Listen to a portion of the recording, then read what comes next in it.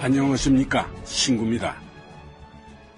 명성사건 당시 문제가 됐던 사채는요, 이철이 장영자 사건 때하고 비슷합니다. 은행은 항상 돈이 부족할 때였으니까 기업이 은행 돈을 정당하게 빌리는 게 쉽지 않았던 거죠. 결국 사채를 끌어다 쓸 수밖에 없는데 명성그룹 김철호 회장은 돈이 급해서라기보다는 새로운 사업에 손을 대면서 돈이 필요했고 그걸 사채로 충당한 거였습니다. 그런데 특이한 점이 있습니다. 그 사채를 은행 대리가 대주고 있었거든요. 일개 은행 대리가 당시 21개 계열 기업군을 거느린 명성그룹의 돈줄이었던 겁니다. 신기하죠? 어떻게 그게 가능했을까요? Juanita came to me last night and she cried over and over. 첫 사업 이후 몇 차례 위기를 더 겪은 김철호. 그는 1979년 서울 홍제동 아파트 공사에 손을 댄다. 그러나 당시 장영자와 동거 관계였던 이철이와의 악연으로 부도를 내고 말았다. 여보, 여기야. 미안해요. 늦어서. 무슨 일인데 이런 음악다방에서 보자는 거야? 숨 좀 돌리고요. 해화동에서 오는 길이에요. 해화동은 왜? 상업은행 김동겸 대리한테요. 가서 매달렸죠 뭐. 바로 그런 쓸데없는 짓을 해. 지금 빚쟁이들이 나 잡으려고 눈이 벌게 가지고 돌아다니는데 누가 나한테 돈을 빌려준다고. 빌려준대요. 정말이야? 집문서만 넘겨주면 될 것 같아요. 그거 벌써 잡혀가지고 가등기가 몇 개나 돼 있는데? 상관없대요. 야, 이거 그래도 몇 년간 이웃사촌으로 살아온 덕을 보는구만. 응? 그래서 언제 만나면 돼? 오늘 당장이라도요. 여보, 고마워. 고맙긴요. 우선 살고 봐야잖아요. 뭐예요? 어서 집에 가서 집문서 찾아서 은행으로 가요. 그래, 자, 나가자고.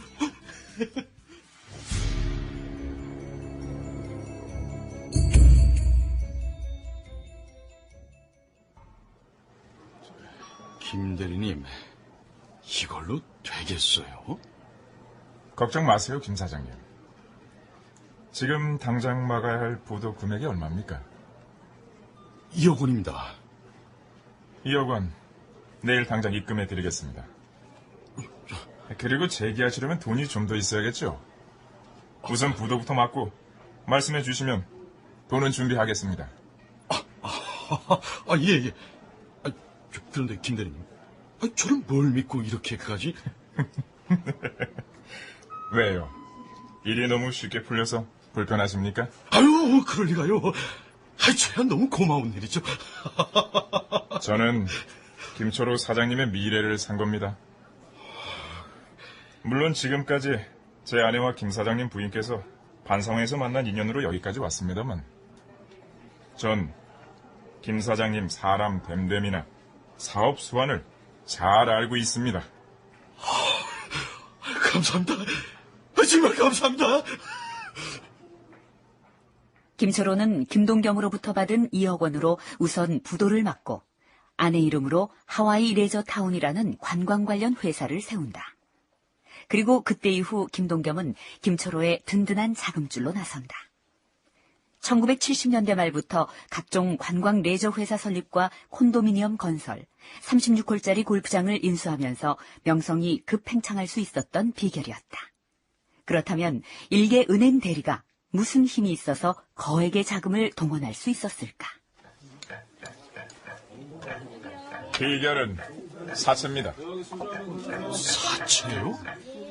아마 제가 끌어당길 수 있는 사채가 우리 지점이 보유한 돈보다도 많을걸요? 그래요? 김 사장님, 동물에도 파도가 있습니다. 파도를 잘 타야 합니다. 고속도로에서 자동차도 흐름을 잘 타야 사고가 안 나는 것처럼 특히 한국 사회에서는 흐름을 잘못하면 단칼에 날아갈 수가 있죠. 그러나 흐름만 잘 타면 기막힌 세상을 만날 수 있습니다. 아니, 나는 이거 무슨 말인지 이해가 잘 안 됩니다. 저만 잘 따라오시면 김 사장님도 기막힌 세상으로 가실 수 있습니다. 자, 이거 받으시죠. 이게 누구 명함입니까? 한국 사채시장의 대부 이명률 씨입니다. 현재 명동 사채시장과 여의도 증권시장 뒷골목을 휘어잡고 있는 사람입니다. 그렇게 대단한 사람입니까? 이 양반이 손바닥을 펴고 바람 한번 부는 신용만 해도 몇 개 기업체와 증권 대리점은 셔터를 내려야 할걸요. 그렇군요. 이명률 씨를 통해서 예금하거나 투자한 돈을 일시적으로 빼면 지점장들은 바로 무릎을 꿇어야 합니다. 중소기업 사장들은 눈물을 흘리면서 손바닥이 발바닥이 되도록 빌어야 하고요.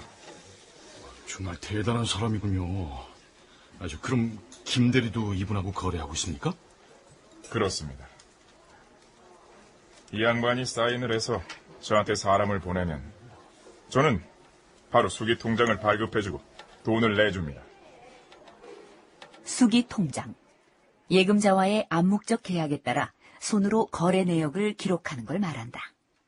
당시 김동겸은 고객들에게 손으로 예금 내역을 적은 수기 통장을 발급해준 뒤 예금을 입금 처리하지 않고 사채로 돌리는 수법을 썼다.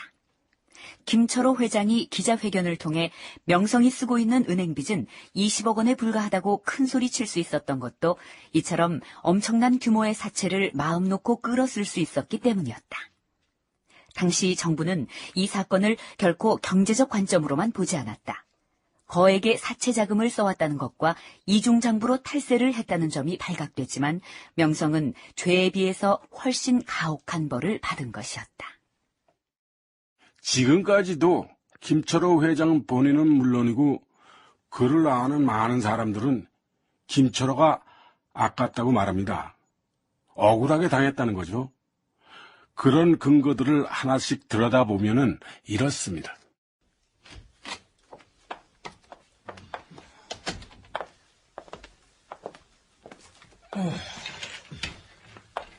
그래, 김철호하고 이규동 장군의 관계가 드러났다고? 예. 81년도 12월 롯데호텔에서 김철호가 서예전을 열면서 관계가 시작된 것 같습니다. 김철호가 무슨 놈의 서예전을 열어? 한양대 원자력공학과를 졸업하고 호남비료에 입사해서부터 서예를 시작했다고 합니다. 그래? 실력이 좀 되나? 지금 삼군사령부 군사박물관에 가면 웅비관이라는 현판이 있는데 1981년에 김철호가 쓴 거라고 합니다. 글자 크기가 1m가 넘는다고 합니다. 보통 실력은 넘는구만. 그래서 81년도에 김철호가 이규동 씨를 어떻게 만난 거냐고? 그 전시회 타이틀이 경로사상 선양을 위한 청산서예전이었는데 그 이익금을 이규동 장군이 회장으로 있는 대한노인회에 전달했다는 데서 인연이 시작된 모양입니다. 그리고 그 뒤로 김철호는 명성그룹이 있는 삼한빌딩 4층에 회장실을 꾸며놓고 이규동 장군이 뒤를 봐주는 것처럼 가장했다고 합니다. 이 장영자가 대화산업 사무실에서 영부인을 보좌하는 것처럼 꾸민 거하고 비슷하구만. 예, 그렇습니다. 예를 들면 응접 탁자용 담배 라이터 케이스를 붉은 용으로 만들고 빈 담배갑 속에 이규동 장군의 이름이 인쇄된 종이를 넣기도 하고 그래서 이 종이가 들어있는 담배 케이스를 선물로 받은 사람들은 명성그룹을 무조건 도와주게 됐다고 합니다. 그러나 이런 얘기는 당시에 떠돌던 설에 불과했다는 게 6년여 뒤에 김철호의 입을 통해서 나온다. 지금부터 제5공화국에 있어서의 정치 권력형 비리조사 특별위원회를 개최하겠습니다. 의사 일정 제1항 부실기업정리 관련 비리조사 청문회를 상정합니다.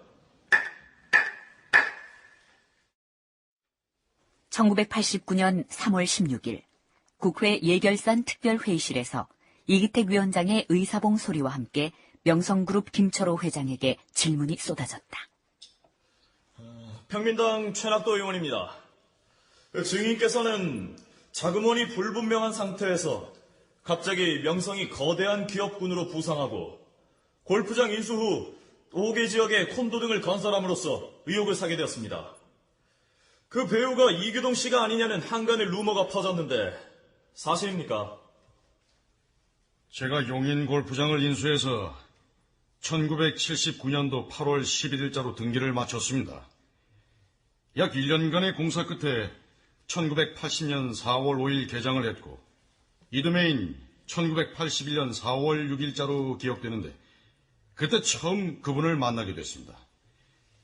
용인 골프장 담당 이사가 이규동 장군이 우리 골프장에 단골로 오랫동안 나오셨으니까 사주로서 인사를 한번 드리는 게 어떠냐고 해서 만났죠. 그리고 또 언제 만났습니까?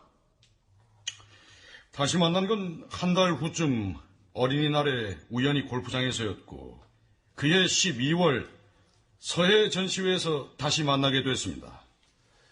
사무실에 이규동 씨 사진도 걸어놓고 그랬다면서요? 저도 그런 소문을 들었지만 전혀 그런 사실이 없습니다. 그 서예전이 원래는 장애인 복지를 위해서 하려다가 경로사상 앙양으로 바뀌었는데 그건 혹시 특혜를 노리고 그렇게 한 거 아닙니까? 아닙니다. 절대 그렇지 않습니다. 당시의 상황은 이렇습니다.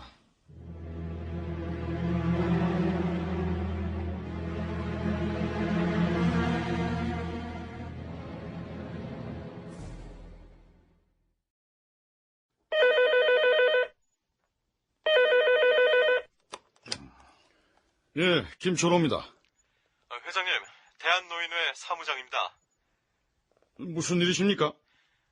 회장님께서 서해전을 기획하신다고 해서요. 장애인을 위한 서해전이라고요? 예, 올해가 신체장애자의 해 아닙니까? 사회사업의 일환으로 기금 마련을 위해서 하게 됐습니다만.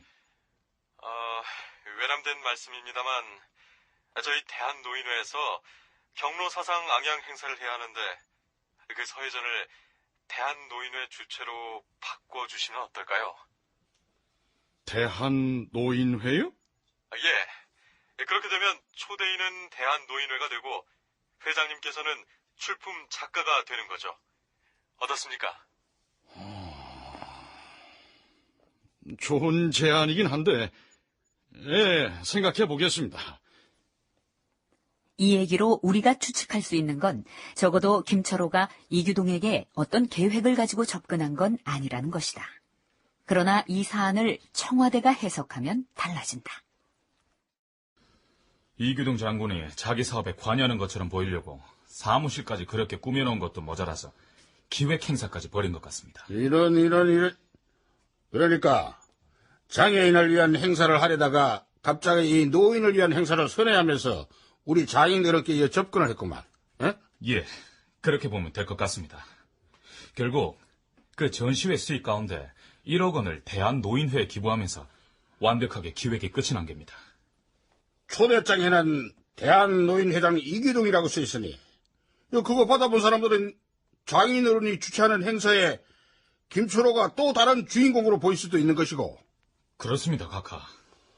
사업자금 출처도 의심스럽고, 여기저기 골프장이니 콘도니 만든 것도 그렇고, 이거 완전히 청와대 팔아서 팔자 고치겠다는 심보잖아. 괘씸한. 아무래도 손을 좀 대야 하지 않겠습니까, 각하? 다시 1989년 50 청문회의 기록을 보면 그런 청와대의 분노가 곧 명성에 대한 세무조사로 이어진 것으로 나타난다. 83년 세무사찰에 100명의 요원이 투입됐습니다. 당시 안무역 국세청장이 그렇게 했지만 뒤에서 조종한 사람도 있을 거 아닙니까? 당시에는 몰랐습니다. 결과적으로 당시 청와대 민정수석이었던 이학봉 씨라고 생각합니다. 청문회에서 김철호가 주장한 민정수석 이학봉 주도설은 대통령 친인척 문제로 인한 말썽의 소지를 방지하기 위해서는 명성을 서둘러 없애야 했을 거라는 세간의 추측과도 통한다. 그렇습니다. 김초로 회장이 전두환 대통령 장인과 관계가 있다는 걸 알고는 아예 싹을 잘라버리고 싶었던 거죠. 그게 이른바 괘씸죄라는 겁니다.